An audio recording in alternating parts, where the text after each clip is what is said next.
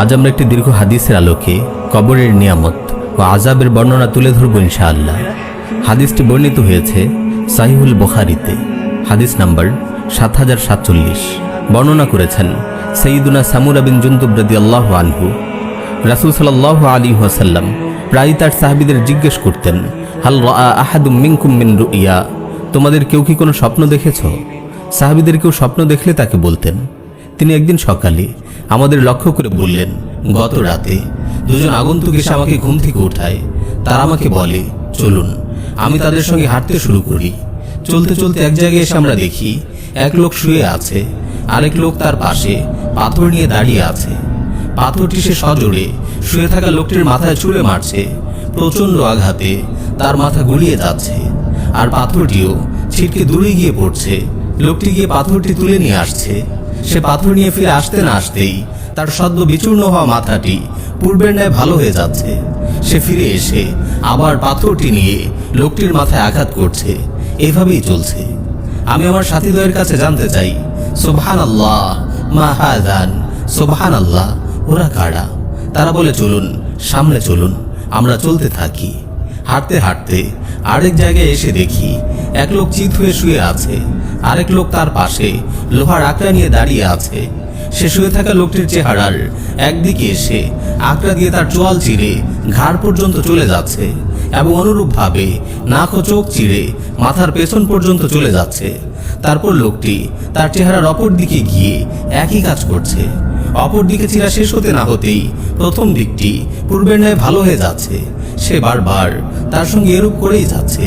আমি আমার সাথীদ্বয়ের কাছে জানতে চাই, সুবহানাল্লাহ মা হাযান, সুবহানাল্লাহ, ওরা কারা? তারা বলে, চলুন, সামনে চলুন। আমরা চলতে থাকি। হাঁটতে হাঁটতে আরেক জায়গায় এসে দেখি চুলার মতো সরু মুখের প্রকাণ্ড একটি গর্ত। ভেতর থেকে চিৎকার চেঁচামেচির শব্দ ভেসে আসছে। আমরা কাছে গিয়ে ভেতর উকি দেই। দেখি ভেতরে কিছু উলঙ্গ নারী পুরুষ চুলার নিচ থেকে বের হওয়া আগুনের লেলিহান শিখা যখনই তাদের ঘিরে ধরছে, তারা বিকট শব্দে চিৎকার করছে। আমি তাদের কাছে জানতে চাইলাম, মা হাউলা, সুবহানাল্লাহ, ওরা কারা? তারা বলে, চলুন, সামনে চলুন। আমরা চলতে থাকি। হাঁটতে হাঁটতে একটি নদীর তীরে এসে পৌঁছাই। রক্তের মতো টকটকে লাল পানি। এক ব্যক্তি লাল পানিতে সাঁতার কাটছে। নদীর তীরে আরেক লোক দাঁড়িয়ে আছে। সে তার পাশে অনেক পাথর স্তূপ করে রেখেছে। সাঁতার কাটা লোকটি বেশ কিছুক্ষণ সাঁতার কেটে তীরের লোকটির কাছে পৌঁছে যাচ্ছে, আর তার মুখ হা করছে। তীরে দাঁড়ানো লোকটি তার মুখে একটি পাথর ঢুকিয়ে দিচ্ছে। মুখে পাথর নিয়ে সে সাঁতার কেটে দূরে চলে যাচ্ছে। কিছু দূর গিয়ে সে আবার সাঁতার কেটে তীরের লোকটির কাছে ফিরে আসছে, আর সে পুনরায় তার মুখে আরেকটি পাথর ঢুকিয়ে দিচ্ছে। এভাবেই চলছে। আমি আমার সাথীদ্বয়ের কাছে জানতে চাই, মা হাযান, ওরা কারা? তারা বলে, চলুন, সামনে চলুন। আমরা চলতে থাকি। হাঁটতে হাঁটতে আমরা ভয়ানক কদর্য ও কুৎসিত এক লোকের কাছে আসি। তুমি যত কুৎসিত লোক দেখেছ, সে তাদের সবার চেয়ে বেশি কুৎসিত। সে আগুন জ্বালাচ্ছে এবং এর চারপাশে দৌড়াচ্ছে। আমি তাদেরকে জিজ্ঞেস করলাম, মা হাযা, এই লোকটিকে? তারা বলে, চলুন, সামনে চলুন।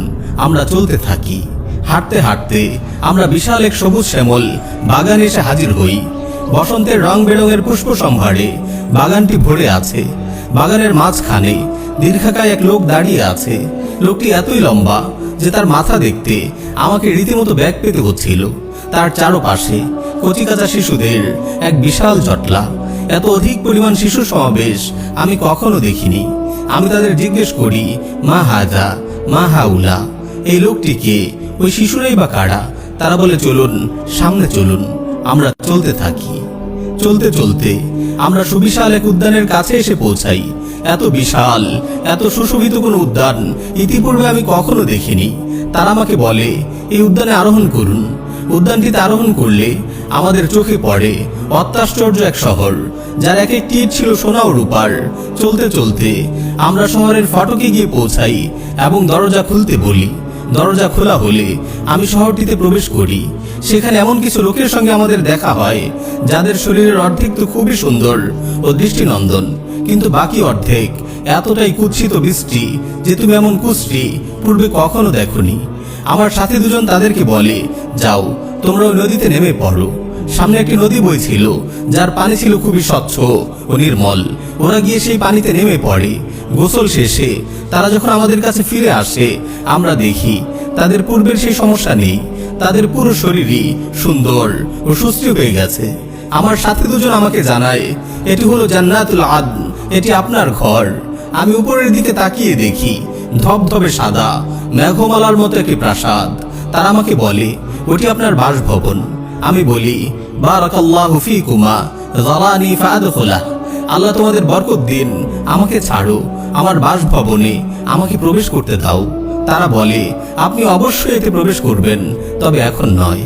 আমি তাদেরকে বলি, ফাইন্নী ক্বাদ রাআইতু মুনযুল লাইলাতি আজাবান ফামা হাযাল্লাযী রাআইতু, আজ রাতে আমি অনেক আশ্চর্য জিনিস দেখেছি, এগুলোর তাৎপর্য কি?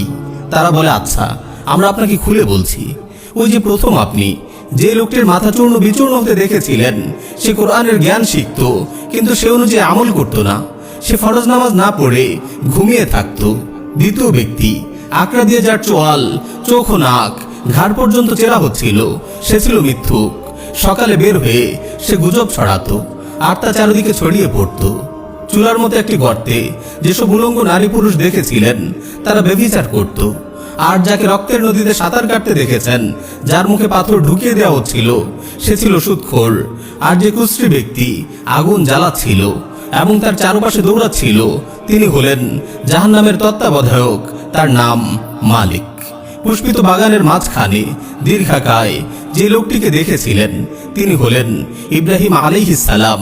তার চারপাশে জটলা পাকানো কচি কাচারা হলো ওইসব শিশু যারা দুনিয়াতে শৈশবেই ফিতরাত তথা ইসলামের উপর মৃত্যুবরণ করেছিল। আর যেসব লোকদের শরীরে অর্ধেক সুন্দর ও অর্ধেক কদর্য ছিল, তারা নেক আমল ও বদ আমল উভয়টি করত। আল্লাহ তাআলা তাদের ক্ষমা করে দিয়েছেন। প্রিয় ভাই ও বোন, এই দীর্ঘ ঘটনাটি যেটি আপনারা রাসূল সাল্লাল্লাহু আলাইহি ওয়াসাল্লামের পবিত্র জবানিতে শুনলেন, সেটি তার সঙ্গে স্বপ্নে ঘটেছিল। আপনারা জানেন, নবীদের স্বপ্ন ওহী হয়ে থাকে, তাই এই ঘটনায় যত কিছু আমরা দেখেছি সবগুলোই সত্য।